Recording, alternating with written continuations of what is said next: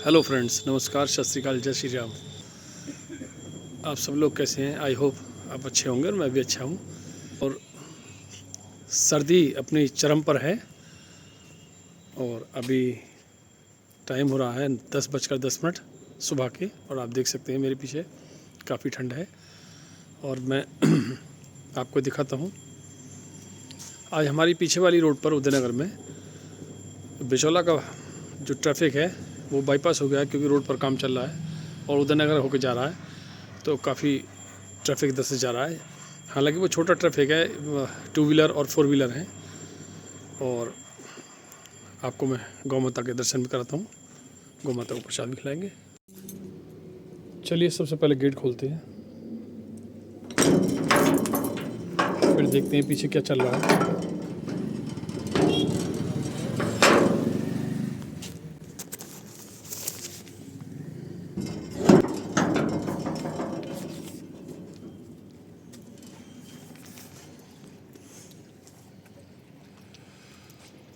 ये ट्रैफिक इधर से बाईपास हो रहा है।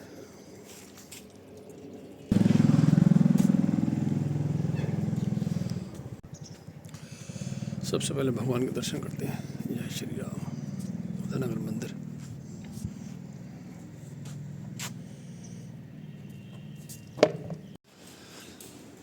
ये पुरानी यादें हैं, पहले हम यहाँ रहते थे, 20 साल रहे यहाँ गुड्डू भैया की कोठी में। और अब यहाँ ममता जी रह रही हैं, बढ़िया सा रख रखा हो रहा है। अभी सारे घर में पेंट हुआ है।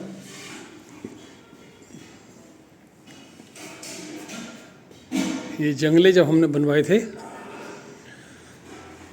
तो बनने के बाद पता चला ये इतने बड़े हैं कि ये स्टेयर्स से जीने से नहीं आएंगे, तो यहाँ से सामने से खींचे थे, यहाँ से रस्सी से बांध के नीचे से ऊपर खींचे थे। मुश्किल पड़ गए थे खींचने, फिर यहाँ फिट करे। हालांकि सिंपल हैं, आयरन रॉड्स के हैं, लेकिन मजबूत हैं बहुत। पुरानी याद है।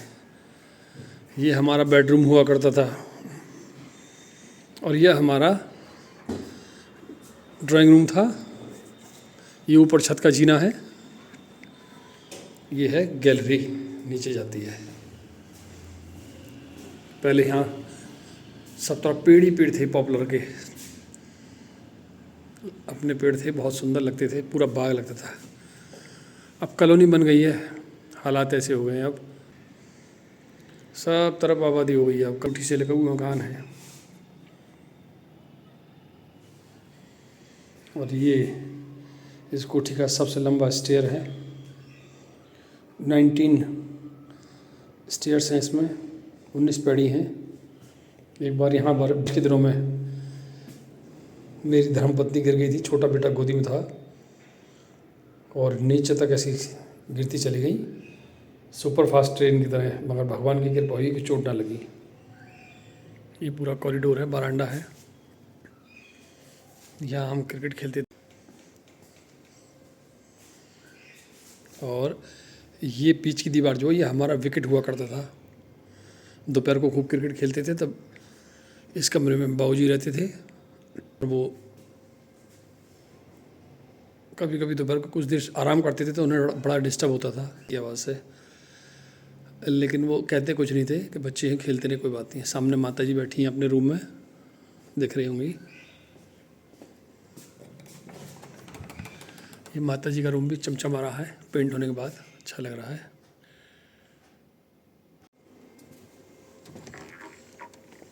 जब भी हम बाहर आते हैं तो ऐसा महसूस होता है। अब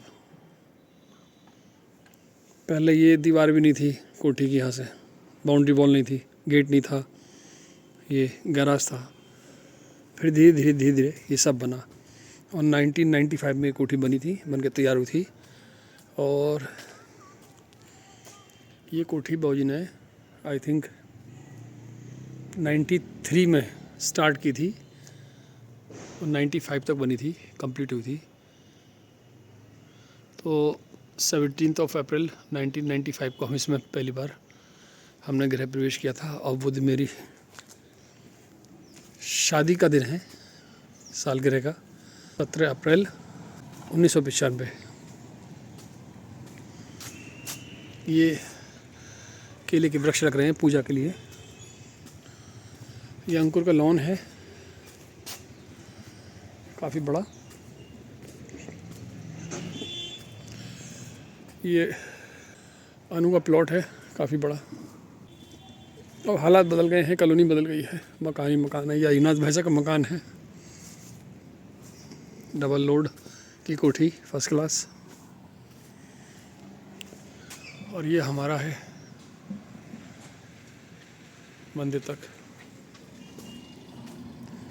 एम्बुलेंस जा रही है।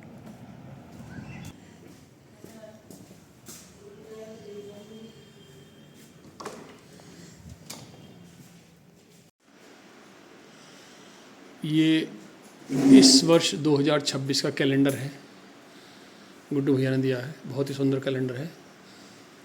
परमपिता परमात्मा भोलेनाथ का आप सब भी दर्शन कीजिएगा। जय हो। ये देख सकते हैं आप, सरकार ने, बिलारी नगर पालिका ने और ये बेंचें लगवाई हैं सीमेंट की।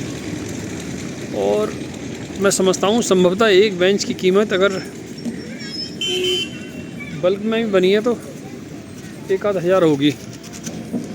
1,000 के आसपास एक बेंच होगी। झूले लगाए हैं बच्चों के एंटरटेनमेंट, एक्सरसाइज, मनोरंजन के लिए। कुछ बच्चे आते हैं खेलने उनके लिए। मगर देखिए दुर्भाग्य से लोगों की मानसिकता कितनी ख़राब है। ये एक बेंच को तोड़ के फेंक दिया है। ये पड़ा है, इसके पार्ट्स पड़े हैं, ये इसके अलग अलग हिस्से हैं। ये जब तक ये मानसिकता हिंदुस्तान में लोगों की नहीं जाएगी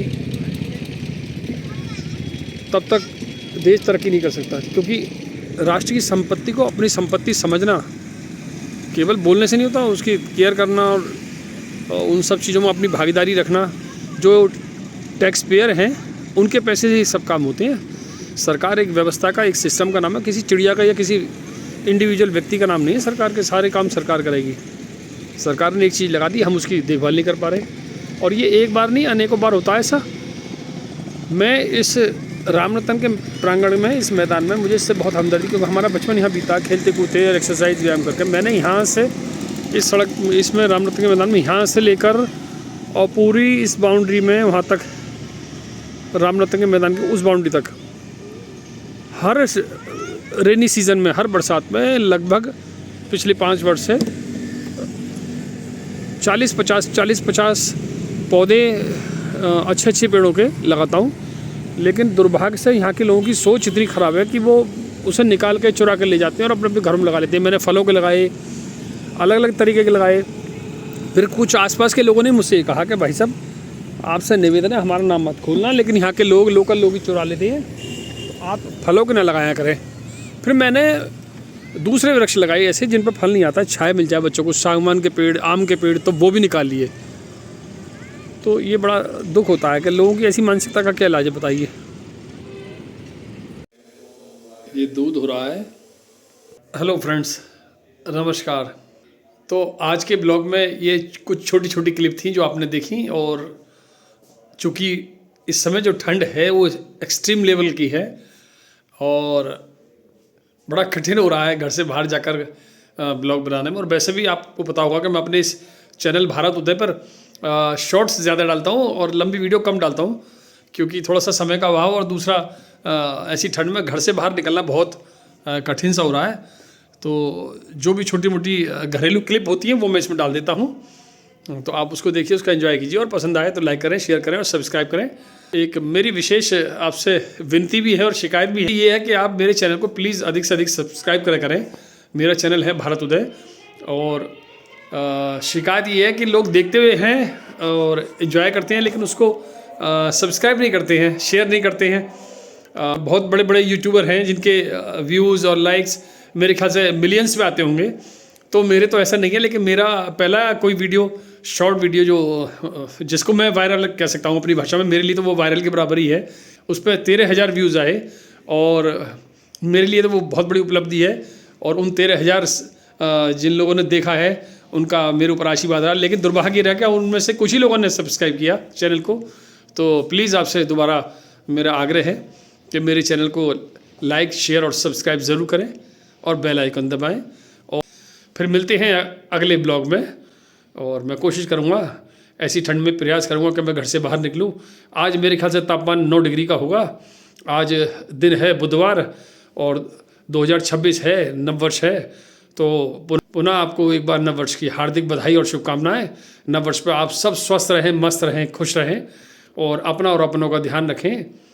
और देखते रहें मेरे चैनल भारत तो देखो। धन्यवाद। जय हिंद, जय भारत।